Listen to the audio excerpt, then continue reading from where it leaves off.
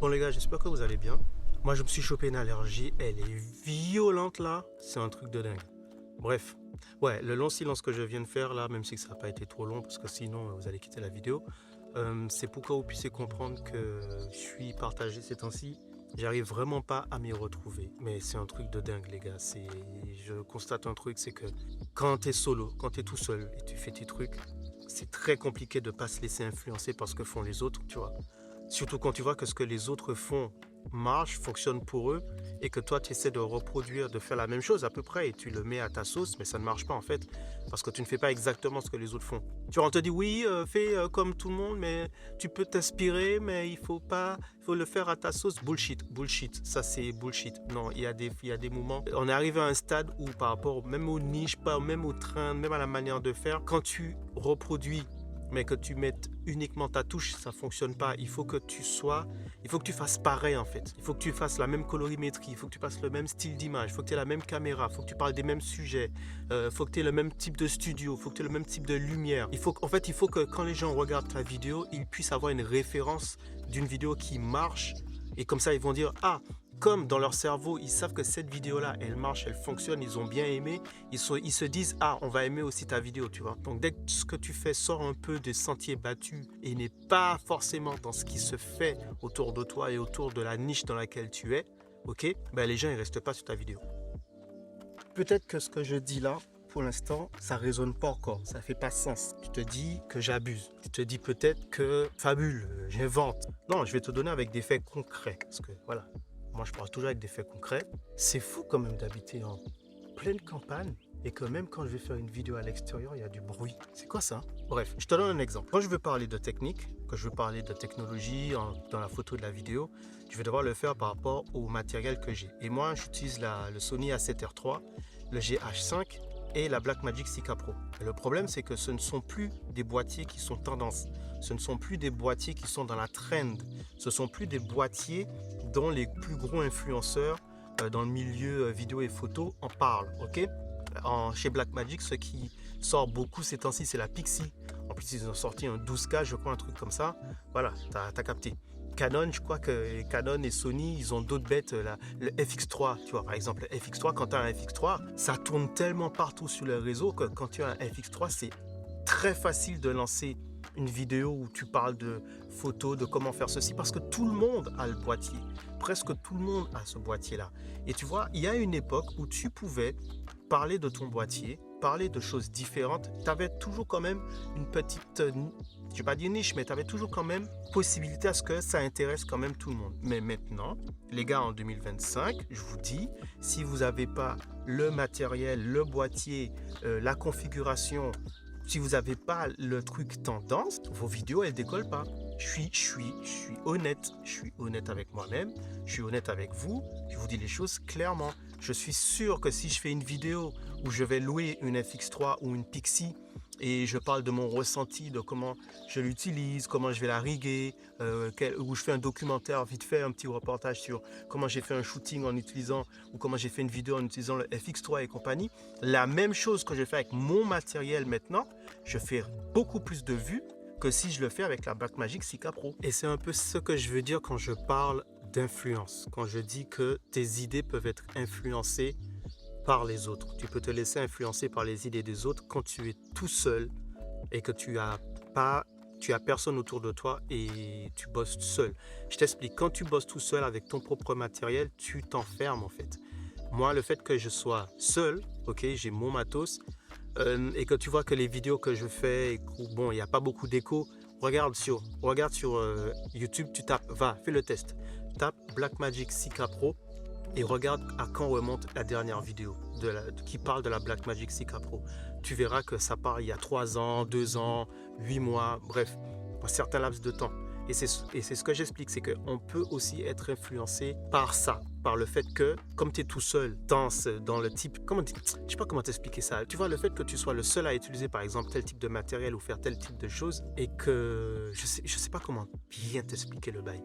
Attends, laisse-moi réfléchir, parce que moi, c'est ce que je ressens mais il faut que j'arrive à l'exprimer maintenant. Tu vois, c'est ça la différence. C'est arriver à exprimer ce qu'on ressent. Tu vois, ce que je ressens là, c'est que comme on n'est pas nombreux à utiliser cette caméra-là, on n'est pas nombreux à avoir à utiliser ce matos, que quand j'en parle, ben, ça n'intéresse pas beaucoup de personnes, pas parce que ce que je fais n'est pas intéressant, mais tout simplement parce que c'est pas tendance, tu vois, c'est pas le matériel auquel il faut en parler ces temps-ci, c'est pas le boîtier qu'on voit. Je sais pas comment expliquer ça, j'ai l'impression que je radote, j'ai l'impression d'être un vieux qui parle et qui casse les pieds, mais tu vois, tu peux te retrouver à être influencé par les autres, même si tu as tes propres idées, même si tu as ta propre manière de faire. Quand tu vois que plus tu fais, plus tu essaies d'avancer et que ce que tu dis ou ce que tu fais ne résonne pas ou bien ça résonne chez très peu de personnes, c'est pas évident. Donc tu te dis, bon ben, attendez, les allergies.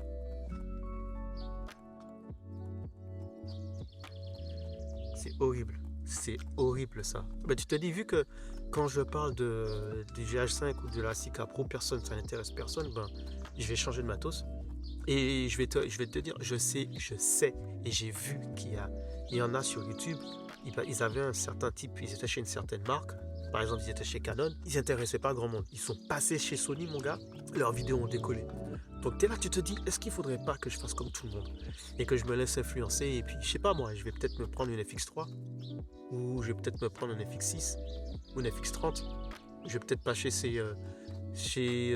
Lumix et je vais me prendre le Panasonic S1, je vais passer chez Canon et je vais me prendre un R5, je vais prendre la Pixie chez Blackmagic, je vais suivre les tendances pour rester à flot, je vais prendre le matériel qui est le plus en vogue, qui est le plus en vue, dont on parle le plus, qui a le plus de recherches sur YouTube et compagnie, sur lequel il y a le plus de trends sur les réseaux du côté des photographes et des vidéastes, et puis comme ça mes vidéos vont décoller.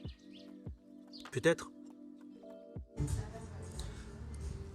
Les gars, j'attrape la caméra pendant 2 secondes juste pour vous montrer où je suis. Ici. Non, moi, la chose que moi, je savais même pas. Bon, désolé, la caméra tremble, les trucs comme ça, mais bon, bref. Je suis dehors en train de me préparer là. Je sais pas, je suis en train de me préparer dehors. Il y a tout qui est là. Je vous montre rapidement à quoi ça ressemble.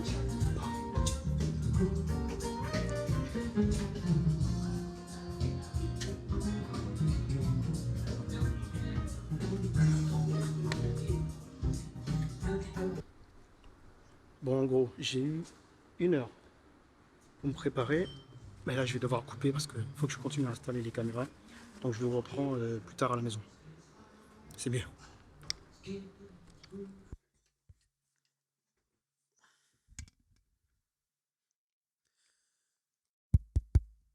Bon, on arrête les bêtises 2 secondes.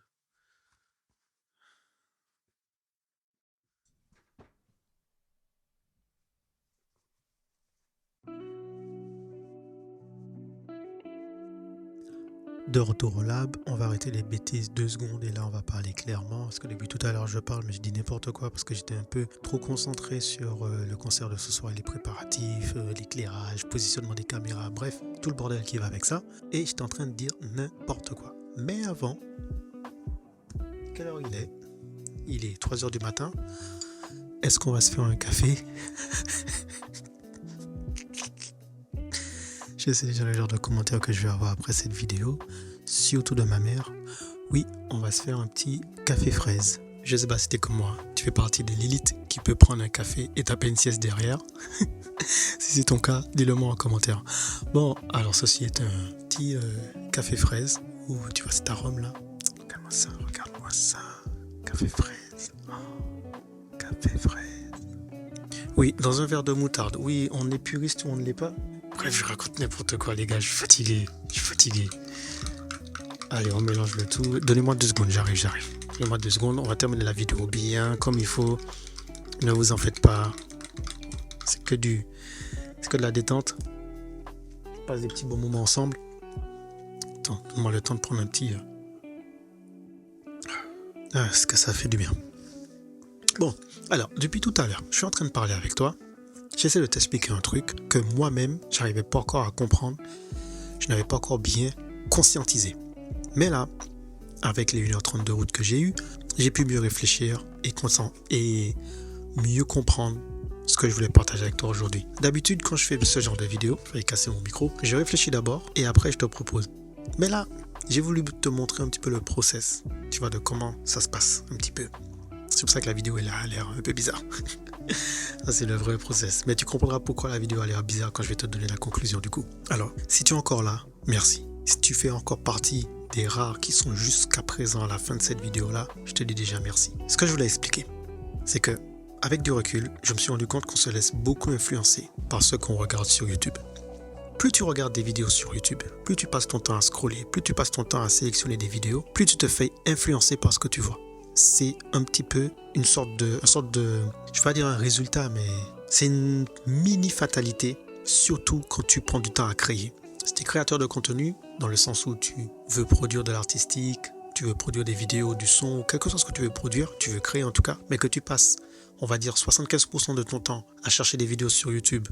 Ensuite, le reste des pourcents, tu es sur TikTok ou Instagram. Et ensuite, le très peu que tu as, tu fais une petite vidéo de 30 secondes pour mettre sur Instagram. Ben, dis-toi que tu t'es forcément fait influencer par tout ce que tu regardes. C'est la raison pour laquelle tu passes plus ton temps à regarder qu'à produire. Ouais, parce qu'une fois que tu as assez consommé ce que tu regardes, tu tentes de reproduire ce que tu as vu. Voilà. C'est pour ça que la plupart du temps, tu te retrouves avec des vidéos, tu as l'impression qu'ils ne fonctionnent pas. Parce que tu es dans une reproduction. Tu n'es pas dans la production. Tu reproduis parce que tu es influencé. Et je me suis rendu compte que je me suis fait influencer par tout ce que je regarde. Et il y a pas mal de créateurs de contenu sur YouTube qui m'ont influencé. Je vais te donner des noms. Peter McKinnon, YC Imagine, Karl Shakur, Casey Neistat, même si qu'il en fait plus trop. Tu vois, ces 4 personnes-là, plus je regarde leur contenu, plus j'avais l'impression, en tout cas pour YC Imagine, et j'ai l'impression que le gars, on dirait qu'il a vu mes vidéos, quoi, parce que il sort une vidéo, et j'ai l'impression de voir mon sujet de la vidéo, mais juste en mieux. En mieux cadré, en mieux éclairé, en mieux géré, en mieux filmé, avec des b-rolls, des séquences et tout. Après, voilà, le mec qui parle anglais, tout ça, voilà, il a un style, il a une belle caisse, il a une grosse maison, il a plein de caméras. Voilà quoi. Mais bon, c'est là où je me suis dit, il faut que je fasse attention. Stop. Parce qu'à force de regarder ce que les autres font, tu te fais influencer par ce qu'ils produisent, par leurs résultats, et toi tu essaies de faire la même chose. Et c'est là que tu passes tout ton temps à scroller, tu produis très peu. Et à force de te faire influencer, tu finis par être dilué toi-même dans ta production, à ne plus te reconnaître, tu perds en motivation. Si tu perds en motivation, tu n'es plus aussi authentique sur tes vidéos. Si tu n'es plus aussi authentique sur tes vidéos, toi-même tu ne te retrouves pas, tu produis moins parce que tu as moins envie de produire. En fait, c'est un vrai cercle vicieux. Tu regardes trop de YouTube, tu produis peu, tu n'es pas satisfait de ton résultat, donc tu retournes regarder sur YouTube, donc tu reproduis, tu n'es pas satisfait de ton résultat, tu vois. Et c'est une sorte de Ouroboros que tu fais continuellement. Il faut te sortir de là. Et pour te sortir de là, il n'y a qu'une seule solution, c'est de faire une vidéo. Et c'est de faire une vidéo en te sevrant de ce que tu vois. C'est pour ça que j'expliquais tout à l'heure que du fait que moi j'ai la Blackmagic 6K Pro et qu'il n'y a pas énormément de personnes qui parlent de cette caméra, mais là tu vas voir peut-être que dans les prochains temps, tout le monde va parler de Blackmagic parce qu'ils ont sorti dernièrement. Déjà, DaVinci a sorti DaVinci Resolve 20, qui est une dinguerie. Mais tu ne me verras pas faire de review sur tout ce qui est logiciel parce que moi, perso, je vois pas ce que je peux vous apporter en termes de review sur les logiciels. Parce que ce que j'utilise sur les logiciels, c'est vraiment du basique, quoi. C'est vraiment bon ce truc. C'est vraiment du basique que j'utilise, donc je ne me vois pas vous faire du review sur des logiciels ou peut-être que je vous montrerai comment je traite mes vidéos, comment je les fais, peut-être, si ça peut vous intéresser, tout mon processus. Mais bon, ce voilà me fait trop rire, processus. Mais bon, bref, je disais, comme moi j'ai la Blackmagic 6K Pro et qu'il n'y a pas énormément de personnes qui l'utilisent, ça fait que quand j'en parle, ben j'attire pas mouche, j'attire pas foule, j'attire pas grand monde. Donc du coup, tes vidéos, elles font pas le top. Mais grâce à la manière que YouTube maintenant propose des petites chaînes et des chaînes nouvelles à tout le monde, ce qui est normal puisque maintenant, les gens se sont rendus compte que tout le monde est un petit peu aseptisé. Tout le monde fait la même chose. Tout le monde a les mêmes rendus. Tout le monde a la même caméra. Tout le monde a le même décor. Tout le monde parle de la même chose. Les gens, ils se sont lassés. Maintenant, la plupart des youtubeurs, la plupart des qui parlent tech, ils ne sortent plus de chez eux. C'est plus les gens, ils vont vlogger, faire des trucs. C'est très rare d'en voir. Sauf quand ils te font ça, c'est qu'ils ont été testés un produit et ensuite ils le testent, ensuite ils reviennent et ils te font un débrief. Voilà. C'est comme si, voilà, c'est exactement ça. Ils ont été tester le produit qui va sortir bientôt. Donc pour te donner envie de l'utiliser, ils vont aller dans un endroit super stylé, ils vont en profiter pour aller dans de bêtes d'endroits, pour l'essayer. Ça vend du rêve, ça te voit à quel point le produit il est génial. Je me rappelle un petit peu comme Coluche qui l'avait dit, le nouveau lessive qui lave plus blanc que blanc. Mais plus blanc que blanc, c'est quoi? C'est blanc. Donc tu vois un peu le délire, t'as capté ce que je veux dire?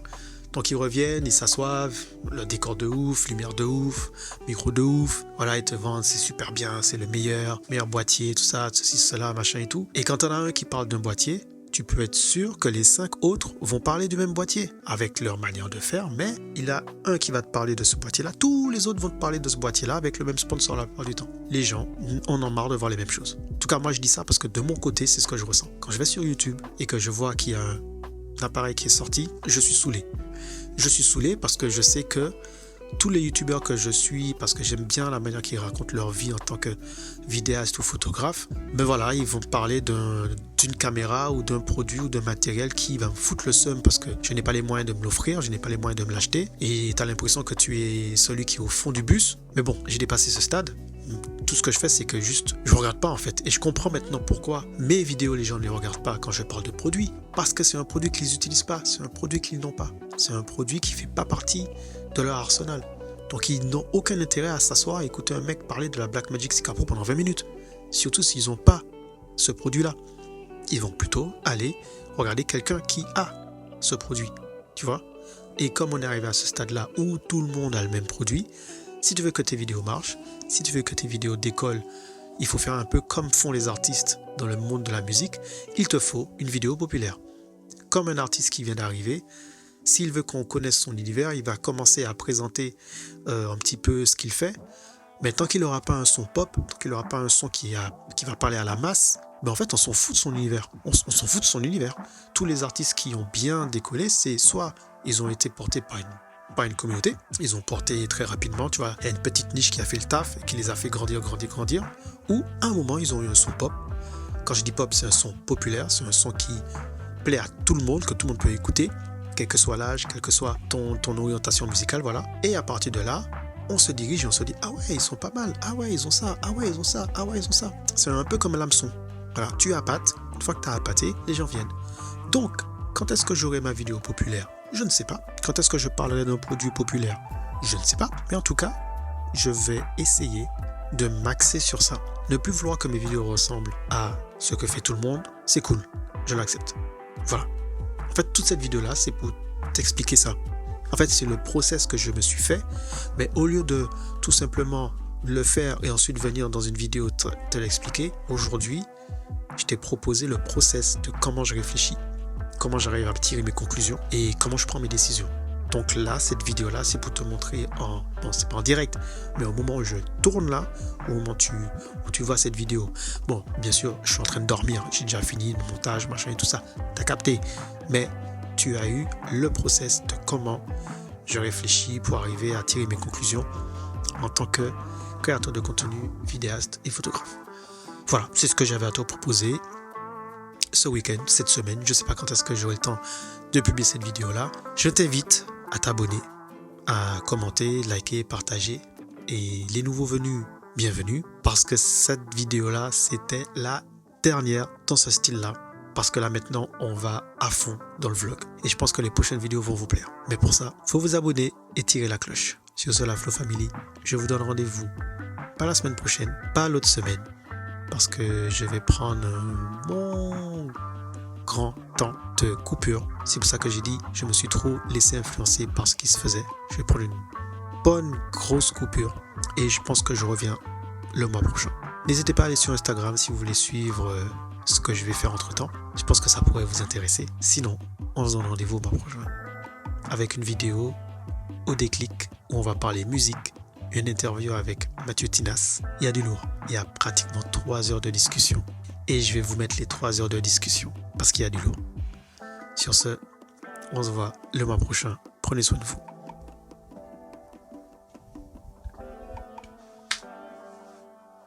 Tchuss.